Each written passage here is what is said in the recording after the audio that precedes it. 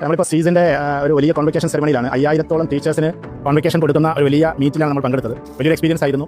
Doctor M K Muneer സാഹിബിൻ്റെ ഉദ്ഘാടനവും brand അംബാസഡറായിട്ടുള്ള Shweta മാം, അതേപോലെ തന്നെ മറ്റുള്ള എല്ലാ ആളുകളും, പ്രിയപ്പെട്ട ഹാരിസും അദ്ദേഹത്തിൻ്റെ ടീം മെമ്പേഴ്സും ചെയ്ത വലിയൊരു കാര്യമാണ്.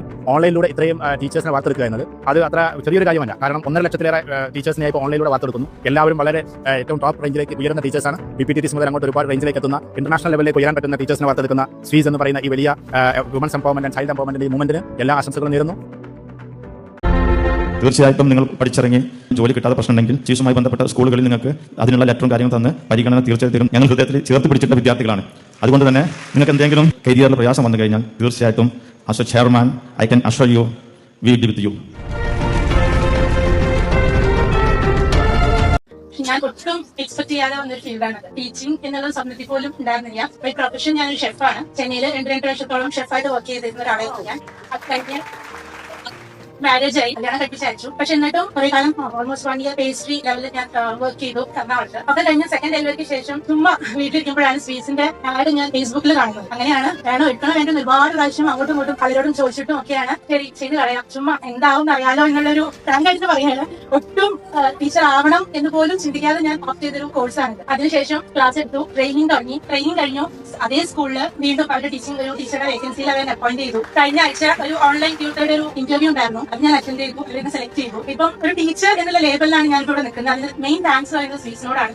കാരണം ടീച്ചിങ്ങിന്റെ ABCD അറിയാതിരുന്ന എനിക്ക് ദേവി മാമിന്റെ ക്ലാസ് എല്ലാവർക്കും അറിയാം, അത്രയും ഇമ്പാക്ട്ഫുൾ ആയിരുന്നു. മാം നമുക്ക് തരുന്ന കോൺഫിഡൻസ്, അതുപോലെ ബാക്കി എല്ലാ ടീച്ചേഴ്സിന്റെയും നമ്മുടെ ടീച്ചറായിട്ട് എങ്ങനെ മാറണം എന്ന് നമുക്ക് തരുന്ന അഡ്വൈസസ് ഒക്കെ അത്രത്തോളം ഉൾക്കൊണ്ടിട്ട് മുന്നോട്ട് ഇറങ്ങാൻ കഴിഞ്ഞതുകൊണ്ട് മാത്രമാണ് ഇന്ന് ടീച്ചറായിട്ട് എനിക്ക് നിൽക്കാൻ പറ്റിയത്. അതിന് മെയിൻ താങ്ക്സ് സ്വീസിനോടാണ്.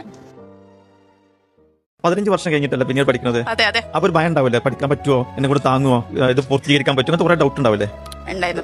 പഠിച്ചു കഴിഞ്ഞപ്പോ എന്ത് ഫീൽ ചെയ്ത്? എന്താ പറയാ, നമ്മളെ അതേ ഫീൽ സാധ്യമാണെന്ന് തോന്നിയാ ജോയിൻ ചെയ്ത് ക്ലാസ് തുടങ്ങിയ സമയത്ത്? അതെ, നമ്മളിപ്പോ പണ്ട് എങ്ങനെയാണോ നമ്മളെ ലൈഫ് കൊണ്ടുപോയിട്ടുള്ളത്, പഠിക്കുന്ന സമയത്ത് സ്റ്റുഡന്റ് ആയിട്ട് ഇരിക്കുന്ന സമയത്ത് എങ്ങനെയാണോ കൊണ്ടുപോയി അതേ ലെവലിലായിരുന്നു കൊണ്ടുപോയിട്ടുള്ളത്. നല്ലൊരു ഫീലിംഗ്സ് ആയിരുന്നു. ക്ലാസ് ഒക്കെ അറ്റൻഡ് ചെയ്യുമ്പോഴും നമ്മളൊരു ക്ലാസ്സിൽ ഇരിക്കുന്ന അതേ ഫീലിംഗ് കിട്ടിയാണ്ടിരുന്നില്ലേ? അതെ. പിന്നെ എന്നോടൊക്കെ ചോദിക്കും, എന്റെ മക്കളെ ചോദിക്കും, ഉമ്മ സ്റ്റുഡന്റ് ആയപ്പോഴും പറഞ്ഞ അങ്ങനെ പഠിക്കുന്നതിന് നമുക്ക് ഏജ് ലിമിറ്റ് ഇല്ലാന്ന് ഇപ്പോഴും മനസ്സിലായി. നമുക്കൊരു കോൺഫിഡന്റ് ഉണ്ടെങ്കിൽ നമ്മളെ പഠനത്തിന് ഒരിക്കലും ഏജ് ലിമിറ്റ് ഇല്ല. അതെ. ഇപ്പൊ നമ്മുടെ ജീവിതത്തിൽ നമ്മുടെ സ്വീസിന്റെ യാത്രയിൽ തന്നെ 60 വയസ്സ് ആയിട്ടുള്ള ആളുകൾ പഠിച്ചിട്ടുണ്ട്.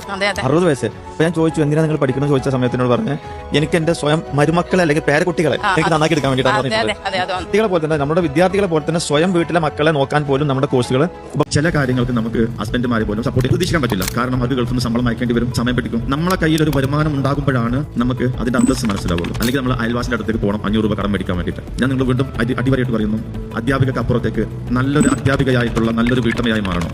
ഏറ്റവും നല്ല അധ്യാപികയാവാൻ ഏറ്റവും നല്ല സ്ഥാപനത്തിൽ പഠിക്കുന്നു, ഏറ്റവും നല്ല സർട്ടിഫിക്കറ്റ് നിങ്ങൾക്ക് കിട്ടുന്നു, ഏറ്റവും ഇഷ്ടപ്പെട്ട പ്രൊഫഷൻ നേടിയെടുക്കുന്നു. ഇങ്ങനെയുള്ള രീതിയിൽ നിങ്ങളെ സംബന്ധിച്ചിട്ട് നൽകുന്ന ഫീസിന്റെ അപ്പുറത്തേക്ക് സർവീസ് നൽകാൻ സ്വീസ് സന്നദ്ധരാണ്.